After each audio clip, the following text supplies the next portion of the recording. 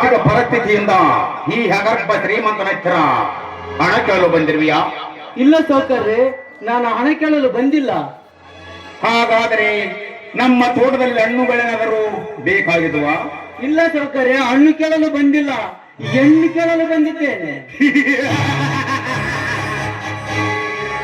ನನ್ನ ಮನೆಯಾಳರ ಆಶೆಯನ್ನು ಕೇಳುವ ಅವಶ್ಯಕತೆ ನಿನಗೇಕೋ? ಮೊದಲು ಅವರ ಅಪ್ಪನನ್ನ ಕೇಳು, ಮಿಕ್ಕಿದ್ದ ವಿಷಯ ನಾನು ನೋಡಿಕೊಳ್ಳುತ್ತೇನೆ. ಸೌಕರ್ಯ, ನಾನು ನಿಮ್ಮ ಮನೆ ಕೆಲಸದ ಆಶಾಳನ್ನು ಕೇಳ್ತಾ ಇಲ್ಲ.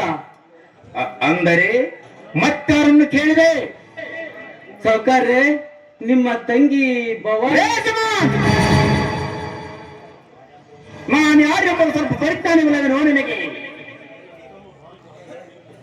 ಸೌಕರ್ಯ, ನನ್ನ ತಮ್ಮ ಹಾಗೂ ನಿನ್ನ ತಂಗಿ ಇಬ್ಬರು ಒಬ್ಬರಿಗೊಬ್ಬರು ಪ್ರೀತಿಸುತ್ತಿದ್ದಾರೆ, ಅದಕ್ಕೋಸ್ಕರ ಬಂದಿದ್ದೆ ಸೌಕರ್ಯ.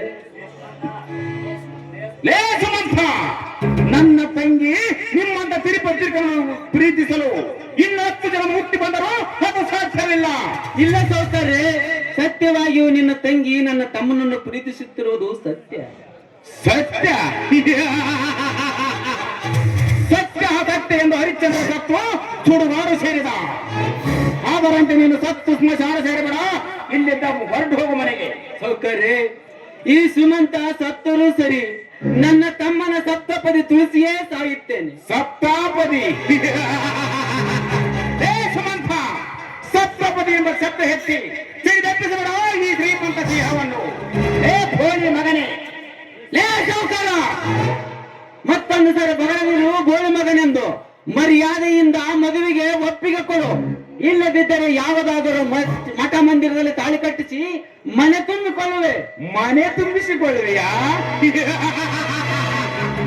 ಸುಮಾನ್, ಜಾನನಿಗೆ ಮಾತಿನ ಪೆಟ್ಟು, ಕೋಣಿನಿಗೆ ಲತ್ತೆ ಪೆಟ್ಟವನ್ನು ಹಾಕಿ ಮಾತು ಬೇದರೆ ವೇಸ್ಟ್ ಆಗುತ್ತದೆ. ಚಾಟಿ ಇಟ್ಬಿಟ್ಟರೆ ನೆನಪಿಟ್ಟುಕೊಳ್ಳುವೆ ಮಗನೇ. ಹೋಗ್ತಾನೆ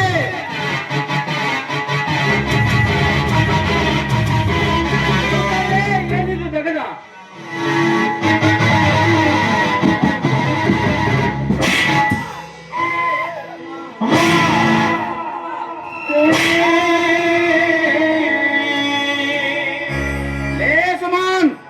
ಶಂಕದಿಂದ ಬಂದರೆ ತೀರ್ಥ ಹೇರಂತೀಯ? ಸೌಕರ್ಯ, ನನ್ನನ್ನು ಒಡಿರಿ ಬಡಿರಿ, ಆದರೆ ನನ್ನ ತಮ್ಮ ಮತ್ತು ನಿನ್ನ ತಂಗಿ ಪ್ರಪಂಚ ಅರಿಯದ ಪುಟ್ಟ ಪಕ್ಷಿಗಳಿದ್ದಂತೆ.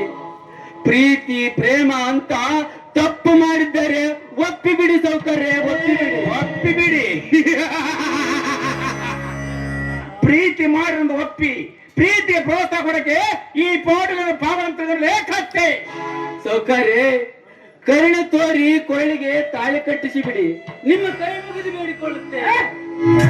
ಕೈ ಬಿಡೋ ಬಡ ಭಿಕಾರಿ, ಕರಿನ ಕನಕರಿಗೆ ಕರಗಿ ಕಾಲು ತೊಳೆದ ಕನ್ಯಾದಾನ ಮಾಡಿಕೊಡಲ್ಲ ಈ ಶ್ರೀಮಂತ. ಸೌಕರ್ಯ, ಈ ಸುಮಂತ ಸತ್ತರೂ ಸರಿ, ನನ್ನ ತಮ್ಮನ ಕನ್ಯಾದ ಕಾಲು ತೊಳೆದು ಕನ್ಯಾದಾನ ಮಾಡುವ ಹಾಗೆ ಮಾಡದಿದ್ದರೆ ನನ್ನ ಹೆಸರು ರೈತ ಕುಲದ ತಂದ ಸುಮಂತನೇ ಅಲ್ಲ. ಲೇ ಸುಮಂತ, ನನ್ನ ಕಾಲು ತೊಳೆದು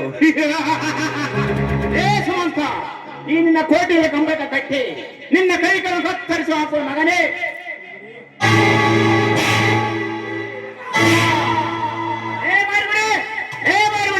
ಬೇಗ ಮಾರು, ಕಟ್ಟಿ ಮಗನನ್ನು ಆ ಗರುಡ ಕಂಬಕ್ಕೆ.